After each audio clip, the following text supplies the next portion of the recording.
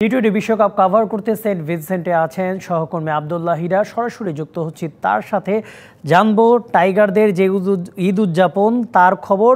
তবে তার আগে আব্দুল্লাহ হীরা, আপনাকে ঈদের শুভেচ্ছা জানাই প্রথমে। এবং আমরা টাইগারদের রিপোর্টটা দেখছিলাম তাদের ঈদ উদযাপনের, আসলে কেমন ছিল তাদের উদযাপনটা, এবং একটা মানে ঈদের তারিখ নিয়েও একটা ধোঁয়াশা ছিল দলের মধ্যে, আজকে নাকি কালকে এমন একটা ধোঁয়াশা ছিল। এবং একই সাথে আপনাদের ঈদের উদযাপনটা কেমন হচ্ছে সেটা যদি জানাতেন, কারণ সেখানে অনেক সংবাদকর্মী গিয়েছেন বাংলাদেশ থেকে ওয়ার্ল্ড কাপ কভার করতে। কনক মাহমুদ, আপনি তো সবই প্রায় বলে দিয়েছেন, প্রতিবেদনে অনেক কিছু এসছে। নেপালের সঙ্গে স্থানীয় সময় রাতে ম্যাচ, আর আমরা যেটি ঈদের আমেজে আছি। আমাদের গণমাধ্যম কর্মীরা এই মুহূর্তে দুপুরের খাবার, স্থানীয় সময় যেহেতু দুপুরের খাবারের নিয়ে ব্যস্ত আছে। অনেক আমরা একসাথে হয়েছি যেখানে থাকি না কেন। আমরা চাইবো যে এই ঈদের আনন্দ মধ্য দিয়ে রাতের যে ম্যাচ রয়েছে সেই ম্যাচে যাতে আমাদের বাংলাদেশের দল একটা বাড়তি একটা আনন্দ দিতে পারে। ঈদের আনন্দ তো বেড়ে যায় তখনই যখন বাংলাদেশের ক্রিকেটাররা সাকসেস পায়। সেই জায়গায় বাংলাদেশ সুপার 8 অনেকটাই নিশ্চিত করেছে। নেপাল ম্যাচে তেমন চাপ নেই, নেপাল ম্যাচে একটা মর্যাদার চাপ রয়েছে। বাংলাদেশ দল যেহেতু অভিজ্ঞতা এগিয়ে, বাংলাদেশ দলের অবশ্যই চাইবে যে সুপার 8 এর আগে এই ম্যাচটাকে অন্তত পক্ষে জিততে। আমাদের ঈদের অনেক আমেজে আমরা আছি। ক্রিকেটাররা নামাজ পড়েছে, যদিও আমরা নামাজ পড়িনি। স্থানীয় যারা মুসল্লি রয়েছেন তারা চাঁদ দেখার মধ্য দিয়ে কালকে আগামীকাল স্থানীয় সময় নামাজ পড়বেন, সেখানে আমাদের গণমাধ্যম কর্মীরা শরীক হবেন বলে আমরা এরকম একটা প্ল্যান করেছি। আজকে অবশ্যই ঈদের আনন্দ ভাগাভাগি করতে আমরা একটা স্পেশাল মেনু সেট করে আমরা একটু রিচ ফুড যেটা বলে ঈদের খাবার, সেটা আমরা খাচ্ছি। আমাদের সঙ্গে এই মুহূর্তে আছেন গণমাধ্যম কর্মী রানা আব্বাস, তিনি একেবারেই পাঞ্জাবি পরে ঈদের আমেজে দাঁড়িয়ে আছেন।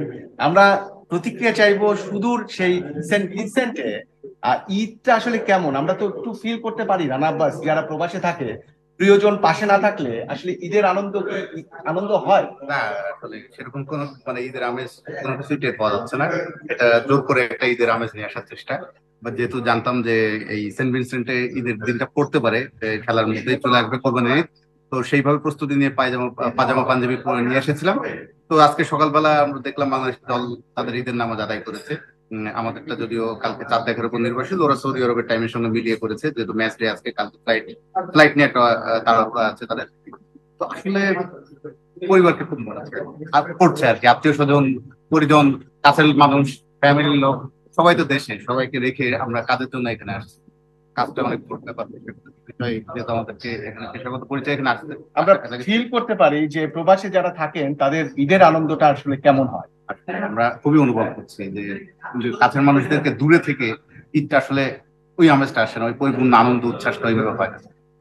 এই কষ্টটা আসলে খুব ফিল করছি একদম এবার খুব। অবশ্যই আমরা কয়েকজনের নাম অবশ্যই বলা উচিত। আজকে আমরা যে স্পেশাল ঈদের একটা খাবার আমরা খাচ্ছি, ঈদের যে ভাবটা আমাদের মধ্যে এসছে, তাদের যারা নেপথ্যে যারা এই কাজটা করেছেন, আমাদের সিনিয়র গণমাধ্যম কর্মী শামীম চৌধুরীর কথা অবশ্যই বলতে হয়। পাশাপাশি আমাদের রেজানুজ্জামান রাজীবের কথা বলতে হয়। আমাদের যারা এইসব উদ্যোগের সঙ্গে সরাসরি ছিলেন, রিয়াসাত আজিম ছিলেন বাজার করার দায়িত্বে, পাকের দায়িত্বটা পুরোপুরি শামীম চৌধুরী ভাই দেখেছেন। পাশাপাশি আজকে এই মুহূর্তে আমরা ক্যাসে ভিলাতে থাকি, থাকি বাইরেও যারা থাকেন, বিশেষ করে উৎপল শুভ্র, তারপরে যারা অন্যান্য জায়গায় উঠেছেন তারাও কিন্তু এখানে জড়ো হয়েছেন। ক্রিকেট বোর্ডের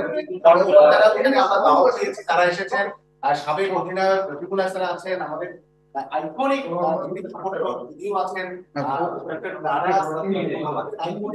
মাঠের সমর্থক টাইগার শোয়েব বলে পরিচিত তিনিও আছেন। সবাই আজকে ঈদের আনন্দ ভাগাভাগি করতে এখানে জড়ো হয়েছে এবং একটা ভালো খাবার খাওয়ার মধ্য দিয়ে ঈদের আনন্দ ভাগাভাগি করছে।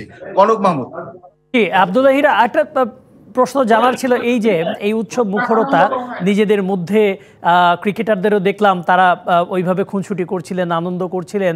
নেপাল ম্যাচটা যদি জয় হয় তাহলে নিশ্চয়ই এই ঈদের আনন্দটা অনেক গুণ বেড়ে যাবে, তখন ক্রিকেটারদের ওই ঈদের আনন্দে হয়তো বা আপনারাও সামিল হবেন, তাই নয় কি?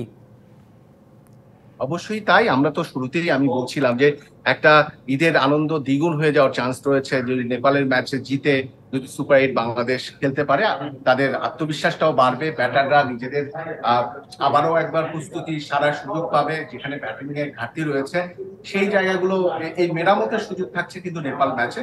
আর আমার মনে হয় যে এটা যদি করতে পারি সুপার 8-এর যে প্রতিপক্ষগুলো বাংলাদেশ পাবে, ভারত, অস্ট্রেলিয়া, আফগানিস্তান, শেষ ম্যাচটা আফগানিস্তানের সঙ্গে খেলবে, তার মানে ভারত অস্ট্রেলিয়ার ম্যাচে যদি বাংলাদেশ ওইরকম একটা আত্মবিশ্বাস নিয়ে নামতে পারে, বাংলাদেশের সমর্থকরা একটা ভালো ম্যাচ দেখবে বলে আমরা আশা করতে পারি। অবশ্যই আব্দুল্লাহ হীরা, আপনাকে ধন্যবাদ। একই সাথে আবারও ঈদ মোবারক আপনাকে এবং রানা আব্বাসকে অবশ্যই এই ঈদ মোবারক আমাদের সাথে যুক্ত হওয়ার জন্য ধন্যবাদ। একই সাথে আমরা আশা করি যে এই যে ঈদের যে আনন্দটা সেটা আরও পরিপূর্ণতা পাক যদি বাংলাদেশ নেপালকে হারিয়ে ওয়ান অফ দ্য সাকসেসফুল টি-20 ওয়ার্ল্ড কাপ মিশন হবে যদি এই ম্যাচটা জয় করে বাংলাদেশ সুপার 8-এ পা রাখে। আপনাদের দুজনকেই ধন্যবাদ।